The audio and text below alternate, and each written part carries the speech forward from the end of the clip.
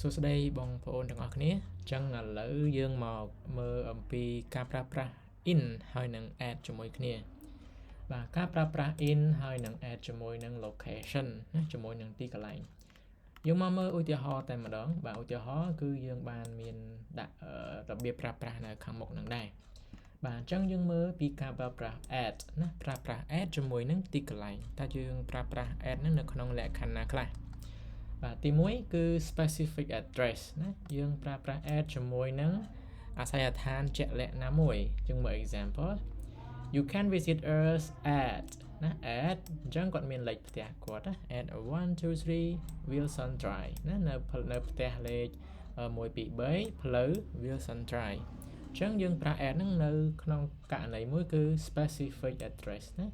គឺអាស័យដ្ឋានដែលជាក់លាក់ហ្នឹងយើងប្រើ addទី2 general location ណាទីកន្លែងដែលជាលក្ខណៈទូទៅឧទាហរណ៍ I will meet you at the school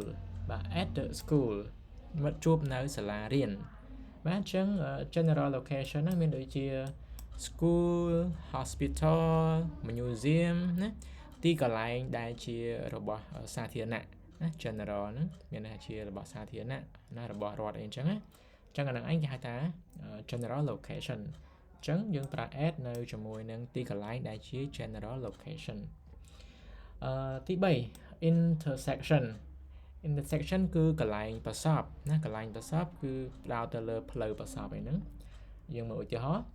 The bus station is at Marble Street and Red Drive ហ្នឹងគឺថា bus station ណាស្ថានីយឡានក្រុងណានិយាយខ្លីបេនឡានណាបើយើងខ្មែរយើងថាបេនឡានអញ្ចឹងចាហ្នឹងហើយឬក៏បើនៅស្រុកគេគេមាន bus station គឺស្ថានីយឡានក្រុងណាកន្លែងដែលយើងទិញសេវាឡានក្រុងអីហ្នឹងណា bus station ហ្នឹងគឺនៅណា at យើងប្រើ at is at ណាគឺនៅផ្លូវប្រសពរវាងផ្លូវ Marble Street ជាមួយនឹងផ្លូវ Red Drive អញ្ចឹងកន្លែងប្រសពយើងប្រើ at បាទទី4 specific location ណា specific location ណាទីកន្លែងដែលជាក់លាក់ណាមួយឧទាហរណ៍ I'll see you at home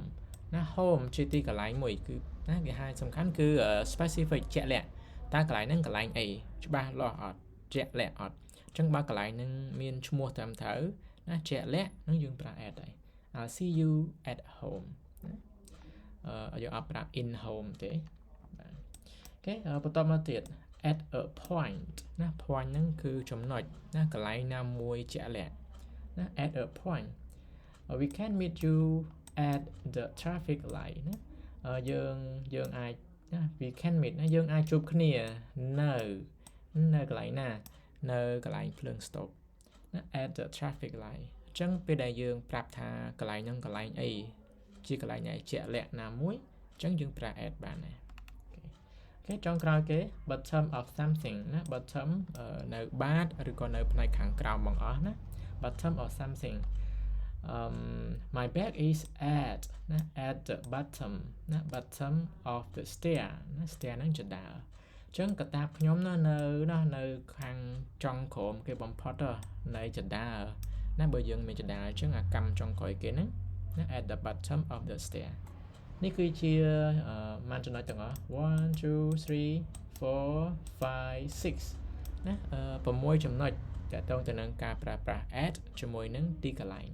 គេទី1 specific address ណាអាស័យដ្ឋានជាក់លាក់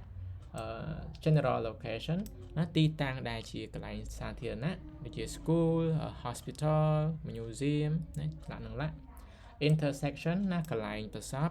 ណាផ្លូវប្រសពយើងប្រើ add specific location ទីតាំងជាក់លាក់ណាមួយ example នៅផ្ទះat a point ណានៅចំចំណុចណាមួយណាចំចំណុចណាមួយចុងក្រោយគេ bottom of something ណានៅផ្នែកខាងក្រោមបំផុតឬក៏ខាងចុងអីចឹងទៅណា of something អូខេនេះជាកន្លែងដែលយើងត្រូវប្រើប្រាស់ add មិនមែនប្រើប្រាស់ in នោះទេអញ្ចឹងឥឡូវយើងមកមើលពីការប្រើប្រាស់ in វិញម្ដងបាទថាប្រើប្រាស់ in ហ្នឹងនៅកន្លែងណាខ្លះបាទយើងចូលមកមើលណា example តែម្ដងទី1 in a space ណានៅក្នុងកន្លែងណាមួយអញ្ចឹងយើងត្រូវដឹង in ខាងក្នុង at ប្រែថានៅ ណា at នៅ in ខាងក្នុងណា in a space នៅក្នុងកន្លែងណាមួយនៅក្នុងលំហ space ហ្នឹងលំហแล้วក៏កន្លែងណាយើងអាចដាក់អីបានអញ្ចឹងណា The keys are in my bag ណាអញ្ចឹង my bag អញ្ចឹងក្នុងកាបូបឬក៏កាតាបហ្នឹងវាមានយើងអាចដាក់អីបានអញ្ចឹងយើងប្រើ in my bag យើងអត់ប្រើ at my bag ទេប្រើ in ព្រោះ in ប្រែថានៅខាងក្នុងណា inner space អូខេទី2 small vehicle ណា small vehicle ហ្នឹងយានយន្តណាយានយន្តអញ្ចឹងយានយន្តដែលតូច small តូចgo get in the car in the car អញ្ចឹងសម្រាប់ car យើងប្រើ in ព្រោះ car គឺជាឡានខ្នាតតូចយើងប្រើ in next water នៅក្នុងទឹកអីហ្នឹងណានៅក្នុងទឹកហ្នឹង in the water we are going swimming in the pool នៅក្នុងអាងហែលទឹកណា pool ហ្នឹងអាងហែលទឹក we are going swimming in the pool អញ្ចឹងជាមួយនឹងទឹកណាទឹកសមុទ្រទឹកទន្លេឬក៏ទឹកក្នុងអាងទឹកដែលយើងហែលហ្នឹងយើងប្រើ in ដែរ next neighborhood ណា neighborhood ហ្នឹងសំដៅទៅលើតំបន់តូចៗដូចជាភូមិដូចជាឃុំណាសង្កាត់អីហ្នឹងយើងហៅ neighborhood ដែរ my friend lives in Great Town ណាមិត្តភក្តិខ្ញុំរស់នៅ in Great Town ណារស់នៅក្នុងសង្កាត់ឬក៏ក្នុងតំបន់មួយឈ្មោះថា Great Town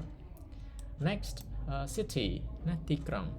that school is in Cairo